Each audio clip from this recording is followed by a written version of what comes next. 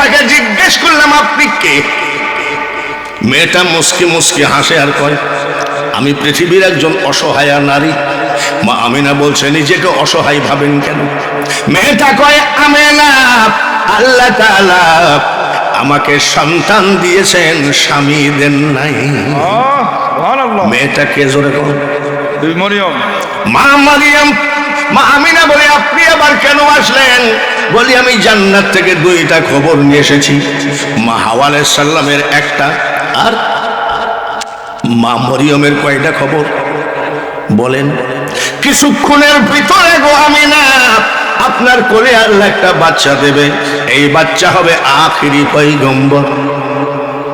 2 নম্বর খবর, আপনার ওই বাচ্চাকে যারা হৃদয় দিয়ে মন দিয়ে অন্তর দিয়ে ভালোবাসবে তার জন্য জাহান্নামের আগুন হারাম হয়ে যায়।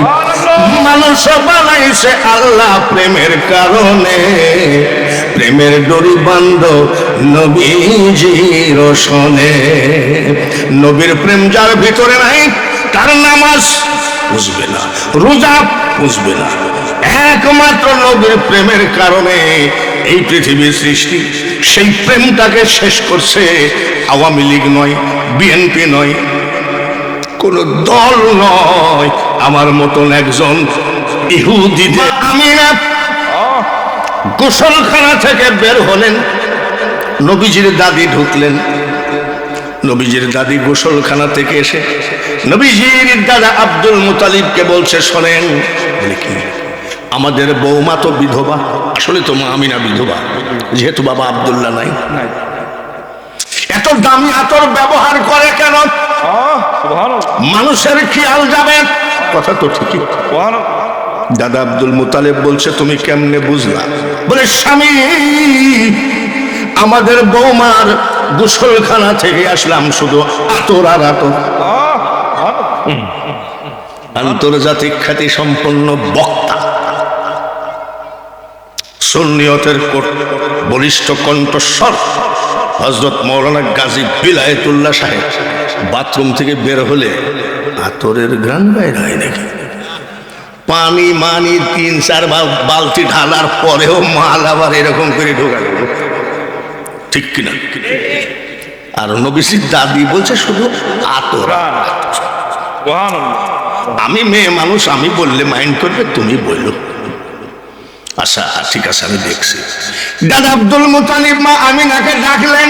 মা আমিনা দাঁড়ালেন, বলে আব্বা কিছু বলবেন? বলে বৌমা একে তুমি বিধবা, এত দামি আতর ব্যবহার করবা না, মানুষের খেয়াল যায় তোমার দিকে। মা আমিনা বলছে আব্বা গো আমি জীবনে কোনোদিন আতর ব্যবহার করি নাই শরীরে। নবীজির দাদা আব্দুল মুতালিব বলছে কুরাইশ বংশের বউ হয়ে তুমি মিথ্যা কথা বলো কেমনে? বলে আমি মিথ্যা কথা বলি না, জানিও না। তুমি অত দূর দাঁড়িয়ে আসো, আমি এখান থেকে আতরের ঘ্রাণ পাচ্ছি। মা আমিনা মুস্কি হাসি দিয়ে বলছে তাহলে আব্বা একটা গোপন কথা বলি। বলো।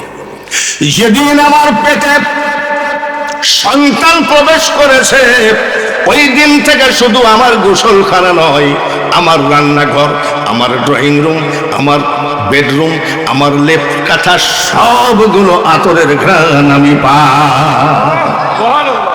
এমন কি গো আব্বা আমি আমেনার লোমের গোড়ায় গোড়ায় জান্নাতি আতরের ঘ্রাণ আমি পাই।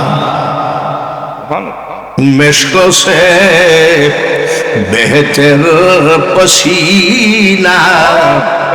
আর ওই বেয়াদবের বাচ্চারা বলে কি মুহাম্মদের মুখে দুর্গন্ধ ছিল। এরা কারা জানেন?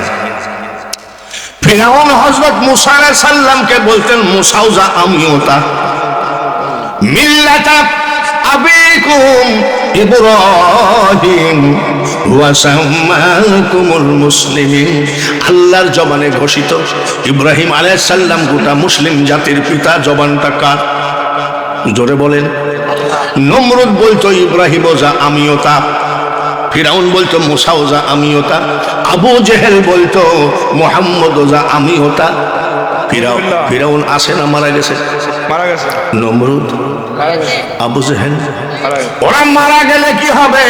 কিছু সন্তান জন্ম দিয়ে গেছে ওরা, ওদের ছেলে সন্তান নাতিপুতি বিভিন্ন জায়গায় ইমামতি করছে।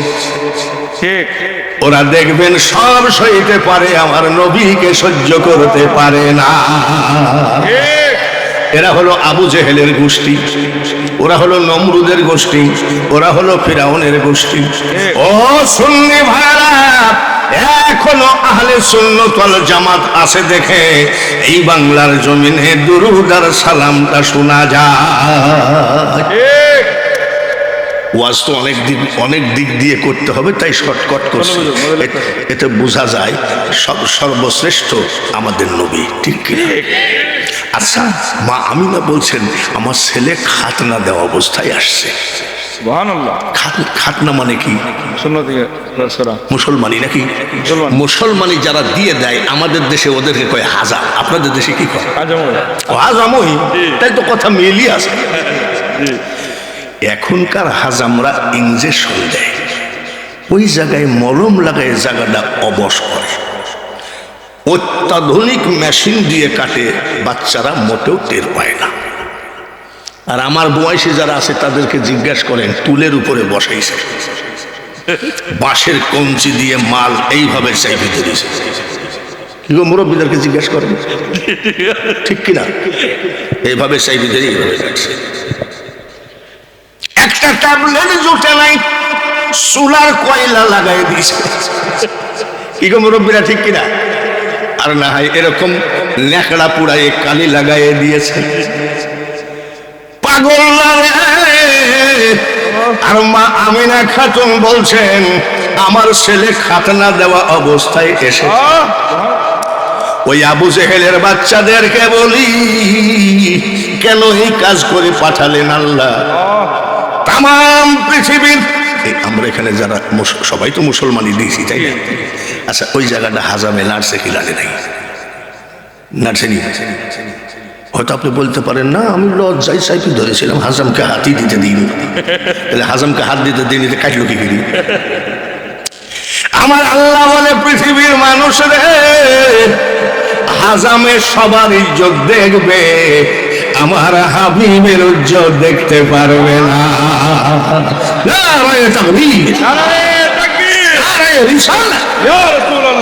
পাগলের দল। মা আমিনা বলছেন ঠিক যে সময় ডেলিভারি হবে ওই সময় আমি ঘুমাই গেছি। আপনার মাকে, আপনার বোনকে, আপনার ভাবিকে জিজ্ঞাসা করবেন যে সন্তান ডেলিভারির সময় কি মজা লাগে, ঘুম আসে না?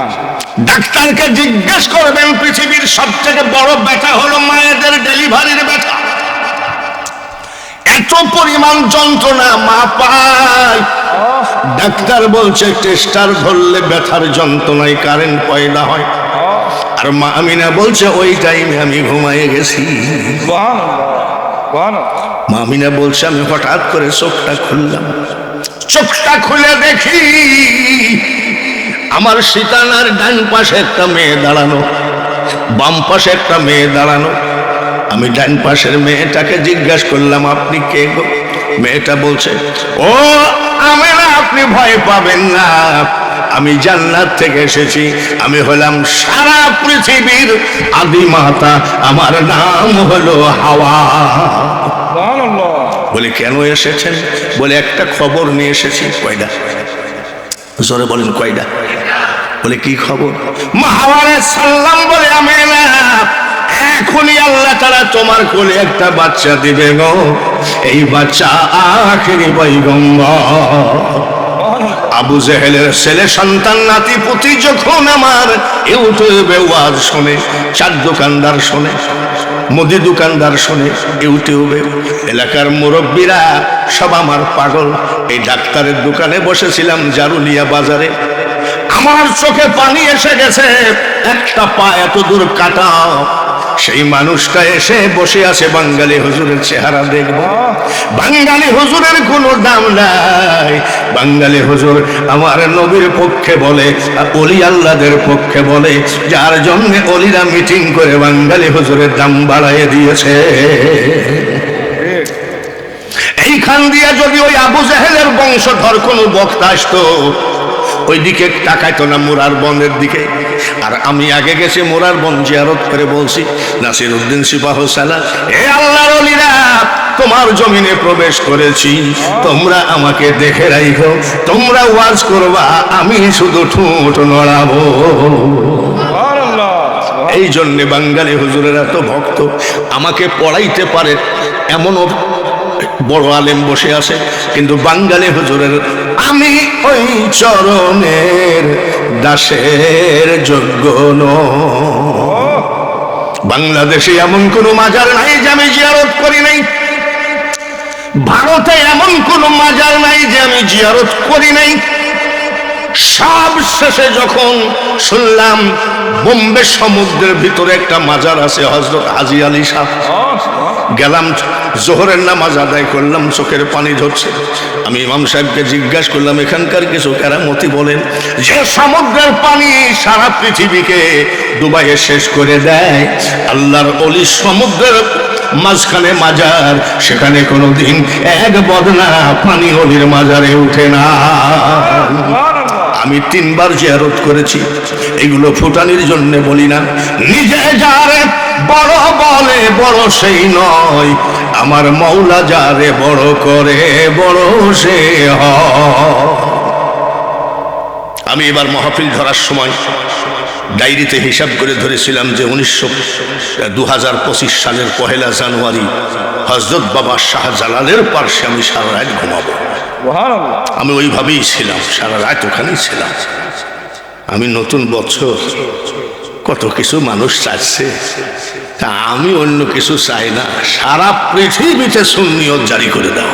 সুবহানাল্লাহ। সেই এই কথা বলিস, আর পিছন থেকে এক লোক বলছে শাহজালালের তলোয়ার, গর্জে উঠুক। আমি তাকায় দেখি লোকটাকে দাঁড়িয়ে, আমার মনের কথা বলতে বলতেই কথা বলে ফেলেছে। সবাই বলে